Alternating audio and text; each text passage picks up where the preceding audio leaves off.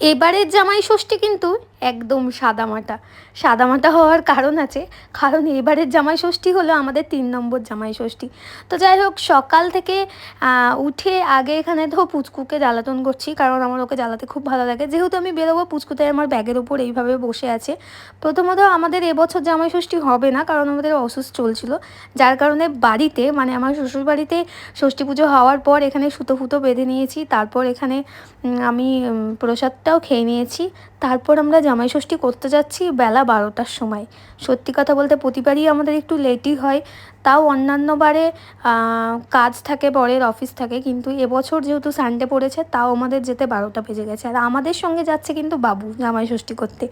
তো যাই হোক, অন্যদের মতন কিন্তু শাড়ি পরে পাঞ্জাবি পরে কিন্তু থার্ড বাট নিয়ে যাইনি, কারণ সত্যি কথা বলতে প্রথমেই বলেছি সাদামাটা জামাই ষষ্ঠী। তো যাই হোক, এত গরম ছিল যার জন্য আমার শাড়ি পরার ক্ষমতা ছিল না। এখানে অনেক আইটেম হয়েছিল, যেহেতু আমার বর মাটন খায় না, মাটন বাদে সবই হয়েছিল, ইলিশ মাছ, বিভিন্ন রকমের আইটেম যেগুলো আমরা পছন্দ করি সেই রকম। সন্ধেই চলে গেছিলাম আমরা ঘুরতে, কারণ সারাদিন একটু খাওয়া দাওয়া হয়েছে। খাওয়া দাওয়ার পর একটু বাইরে ঘুরতে গেছি, যেহেতু জামাই ষষ্ঠী বলে কথা। আমরা চলে গেছি আজিমগঞ্জের একটা নতুন রেস্টুরেন্টে, সেহর আলী বলে। আমার প্লেসটা খুব ভালো লেগেছে, আমি ফার্স্ট টাইম গেছি। সারাদিন আমার খুব ভালো একটা এক্সপিরিয়েন্স ছিল, আর খুব ভালো একটা কি বলবো সময় আমি কাটিয়েছি। এখান থেকে পুরো রেস্টুরেন্টটা মনে হচ্ছে পাহাড়ি এলাকার মতন ফিল আসছিলো নিচের পোর্শনটায়।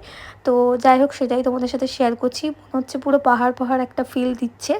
আর নিচে আমরা এখানে কিছুক্ষণ সময় কাটাচ্ছিলাম, আর কিছু আমি ভিডিও ক্লিপ নিচ্ছিলাম। কিন্তু সত্যি কথা বলতে সারা দিন আমার খুবই ভালো গেছে, কিন্তু লাস্টে আমি ওখানকার দুটো খাবার খেয়েছি যেটা কিনা অত্যন্ত বাজে। এক হলো চিজ কর্ন স্যান্ডউইচ, আর এক হলো কোল্ড ড্রিঙ্কস। তোমরাও কখনো ট্রাই করো না, এটাই বল।